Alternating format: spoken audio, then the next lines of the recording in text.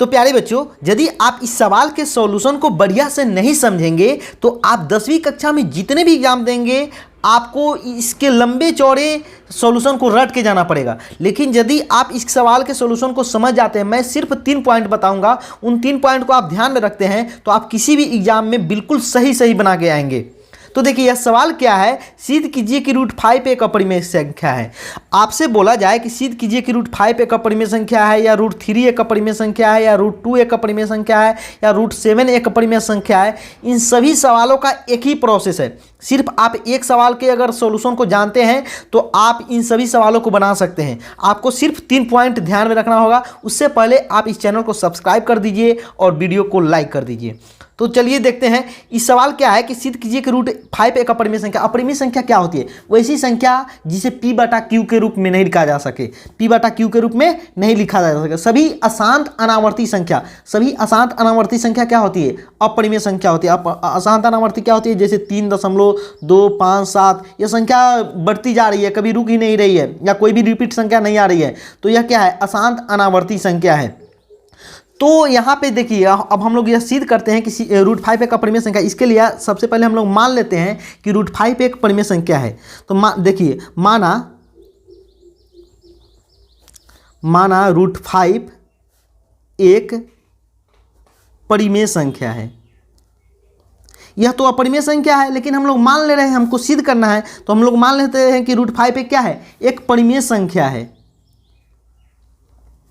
तो यह बताओ कोई भी परिमेय संख्या तो कोई भी परिमेय संख्या मान के जैसे 2.5 ही है तो इसे तो p/q के रूप में लिखा जा सकता है। दशमलव को खत्म करके 1 लिख देते हैं, उसके बाद दशमलव के बाद जितने जीरो रहते हैं संख्या रहते हैं उतने जीरो दे देते हैं, तो ये तो परिमेय संख्या होता है। लेकिन परिमेय संख्या होता है तो परिमेय संख्या को तो p/q के रूप में लिखा जा सकता है। तो हम लोग लिख सकते हैं कि √5 बराबर p/q लिख सकते हैं, जहां p और q सअभाज्य संख्या है, जहां p और q सअभाज्य संख्या है। सअभाज्य संख्या क्या होती है बच्चों? सअभाज्य संख्या उन संख्याओं को बोला जाता है जिनका HCF 1 हो। जैसे देखो 3 और 5, 3/5, 3 और 5 क्या है? सअभाज्य संख्या। इन दोनों का HCF आप निकालोगे, मसा निकालोगे तो 1 निकल के आएगा। और मान गए यह बताओ 15/5 लिखते हैं तो इनका HCF क्या होगा? इन दोनों का HCF आप निकालोगे तो 5 होगा। तो इसलिए हमने सअभाज्य संख्या लिए ताकि ये दोनों कटे फटे नहीं। जैसे देखो इसको कटा सकते हैं, 5 × 5 = 5, 15, 3/1 आया। तो इसलिए हम लोगों ने यहाँ पे क्या माना? p/q तो √5 बराबर p/q तो लिया, लेकिन p/q को सअभाज्य संख्या ले लिया है कि ताकि वह कटे फटे नहीं। तो यानी कि तो p/q क्या है? सअभाज्य संख्या। सअभाज्य संख्या आप जान के क्या होता है? जिनका HCF 1 होता है। अब क्या करना है? दूसरा जो प्रोसेस है, सेकेंड जो काम करना है हमको, क्या दोनों तरफ स्क्वायर कर देना है। दोनों तरफ स्क्वायर करने पर आप गौर से समझिए, आपको बिल्कुल समझ में आ जाएगा। दोनों तरफ वर्ग करने पर, दोनों तरफ वर्ग करने का मतलब क्या है? देखिए यहाँ पे √5 लिखा हुआ है, √5 का स्क्वायर कर देते हैं, और इधर p/q लिखा हुआ है, p/q का स्क्वायर कर देते हैं। ये बताइए स्क्वायर से तो स्क्वायर खत्म हो जाएगा, इसलिए हम लोग स्क्वायर कर सकते हैं। तो हमने स्क्वायर कर लिया। स्क्वायर करने के बाद क्या आएगा? 5 का स्क्वायर, √5 का स्क्वायर करेंगे तो क्या आएगा? 5 आएगा। और p/q का स्क्वायर तो इस तरह भी रहने दे सकते हैं, या इस तरह लिख लेते हैं, p²/q²। ये बताओ अब ये q² इधर भाग में है, इधर क्या है? भाग में है, तो इसको इधर गुना में ले जा सकते हैं, बिल्कुल ले जा सकते हैं। 5q² बराबर p²। तो देखो एक कॉन्सेप्ट है, उस कॉन्सेप्ट को समझो। कॉन्सेप्ट यह है कि किसी संख्या के स्क्वायर में यदि किसी संख्या से भाग ले, जैसे मान गए 5 का स्क्वायर कितना होता है? 5 का स्क्वायर होता है 25। 5 के स्क्वायर में अगर हम लोग कितना से भाग करते हैं? 5 का स्क्वायर छोड़िए, आपको बढ़िया से समझने के लिए मैं लेता हूँ यहाँ पे 4 का स्क्वायर। 4 का स्क्वायर कितना होता है? 4 चौक 16 होता है। तो बोल रहा है किसी संख्या के स्क्वायर में यदि कोई संख्या से अगर भाग लग जाता है, जैसे पूरा भाग लग जाता है, जैसे मान गए यहाँ पे हम लोग भाग लगाते हैं 2 से, 2 से इस संख्या में पूरा भाग लग जा रहा है, 8 बार में लग जा रहा है ना।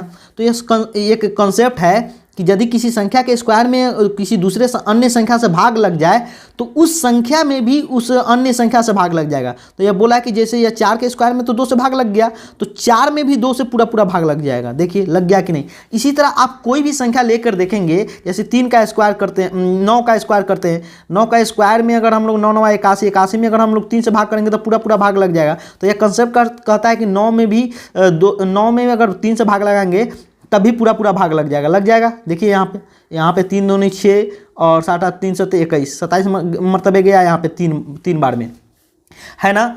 तो यही यह कंसेप्ट है। देखिए यहाँ पे हम लोग लिख सकते हैं, चूंकि गौर से देखिएगा यहाँ पे, चूंकि पी स्क्वायर 5 से भाज्य है, 5 से भाज्य है। यहाँ पे भी हमको पता है आपको नहीं समझ में आएगा, और अभी मैं इसको और डिटेल में समझा रहा हूँ। क्योंकि पी स्क्वायर 5 से भाज्य है, इसलिए पी भी 5 से भाज्य होगा। आपको यहाँ पे यह नहीं समझ आया होगा कि पी स्क्वायर 5 से भाज्य कैसे है। तो देखिए मान गए यहाँ पे हमने लिया 25 ले लेते हैं, और 25 को देखिए हम लोग लिख सकते हैं 25 इस तरह लिख सकते हैं। तो यहाँ पे दो संख्याओं का गुना है, कभी भी कहीं भी दो संख्याओं का गुना रहे और उसके बराबर में कोई संख्या लिखा रहे तो यह फिक्स है कि वह संख्या उन दोनों संख्याओं से भाज्य है। जैसे यहाँ पे मान गए, चलिए यहाँ पे ले लेते हैं 18 लेते हैं, 18 के गुना हम 2 भाग में बांटते हैं, 9 दूनी 18। तो यह स्पष्ट दिख रहा है कि यह 18 जो है 9 से भी भाज्य है और 2 से भी भाज्य है ना। तो यह सवाल यहाँ पे है कि पी स्क्वायर अगर यहाँ पे देखिए यह 5 और क्यू स्क्वायर का गुना है यहाँ पे, यानी कि पी स्क्वायर 5 से भाज्य है या क्यू स्क्वायर से भी भाज्य है। लेकिन हमको सवाल में इसी तरह से आगे बढ़ना है, इसलिए हमने माना कि पी स्क्वायर 5 से भाज्य है, क्यू स्क्वायर से भी भाज्य है। और इसलिए जब हमने आपको यह क्या कंसेप्ट बताया कि यदि पी स्क्वायर 5 से भाज्य होगा तो पी भी 5 से भाज्य होगा, पी भी क्या होगा 5 से भाज्य होगा। तो अब बताइए कोई संख्या अगर किसी संख्या से भाज्य हो, तो मान गए पी 5 से भाज्य है, तो पी 5 से भाज्य है तो पी बराबर लिख सकते हैं, पी बराबर 5k। क्यों लिख दिए? हमने आपको बोला कि 16, चलिए 16 हमको, मैं आपको बोला हूँ कि 16 4 से भाज्य है, तो 16 4 से 4 चौके 16 तो हो जाता है, लेकिन हमको ये नहीं पता है कितने बार में भाग लगेगा। तो यहाँ पे मान लेते हैं के बार में भाग लगेगा। तो इसी तरह इसलिए हमने यहाँ पे मान लिया p बराबर 5k, p बराबर 5k लिया। और फिर क्या करते हैं, फिर दोनों तरफ वर्ग करते हैं।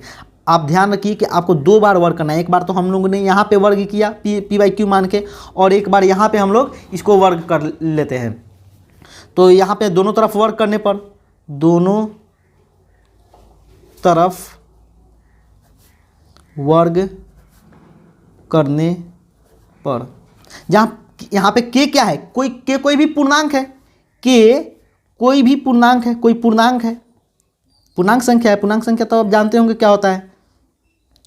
तो दोनों तरफ वर्ग करेंगे तो हमको क्या निकल के आएगा, p आएगा p स्क्वायर और 5k का होल स्क्वायर, यही आएगा ना। तो इसको हम लोग लिख सकते हैं p स्क्वायर बराबर 50 25 और k का होल स्क्वायर। यहाँ पे देखिए 2 समीकरण निकल के आया।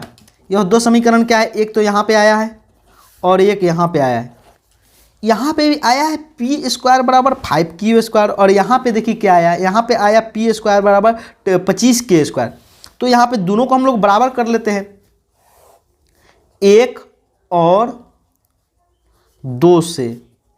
1 और 2 से हम दोनों समीकरण से हम लोग लिख सकते हैं, क्या लिख सकते हैं कि 5q स्क्वायर बराबर 25k स्क्वायर। क्यों? क्योंकि यहाँ भी p स्क्वायर है और यहाँ भी p स्क्वायर है, दोनों तो p स्क्वायर बराबर 5q स्क्वायर यहाँ पे है, यहाँ पे p स्क्वायर बराबर 25k स्क्वायर है ना। तो यहाँ पे हम लोग लिख सकते हैं 5q स्क्वायर और 25k स्क्वायर लिख दिए।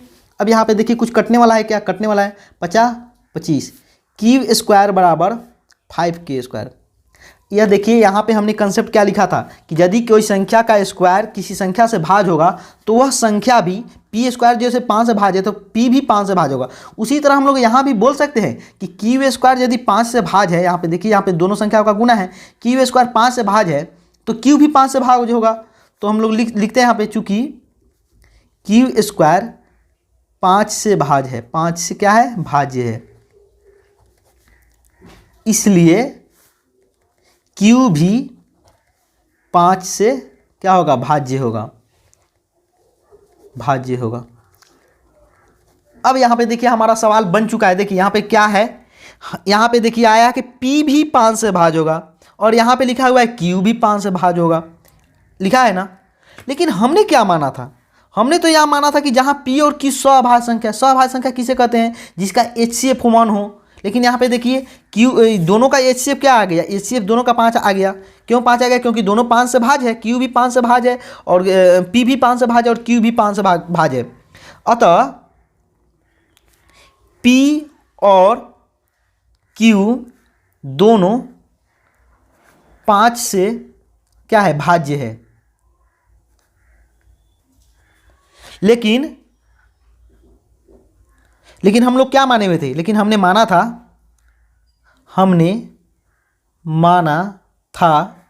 कि P और Q क्या है, सअभाज्य संख्या है, सअभाज्य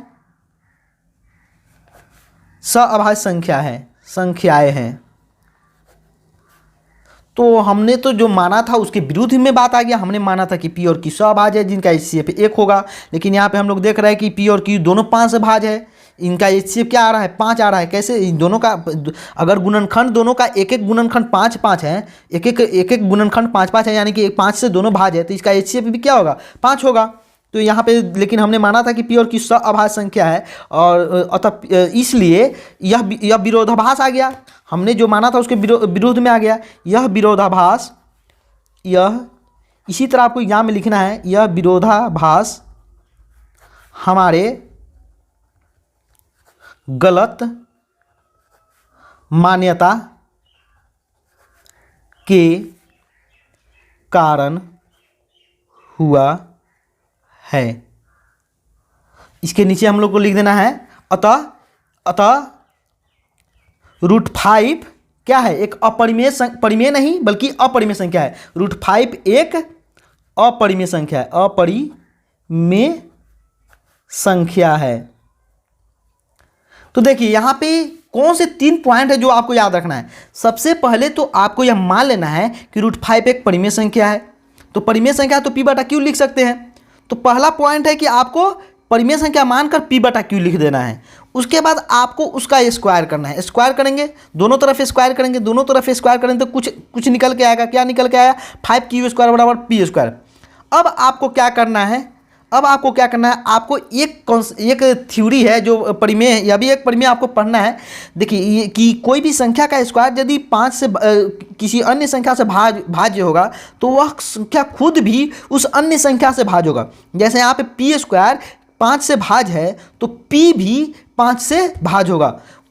यही थर्ड पॉइंट यही था। अब इसी को एक बार और करना है। एक बार जब P 5 से भाज्य होगा तो P = 5 के लिखेंगे और फिर वही काम करेंगे, फिर इसका स्क्वायर करेंगे और वहाँ पे फिर यही लिखेंगे कि Q² 5 से भाज्य है तो Q भी 5 से भाज्य होगा।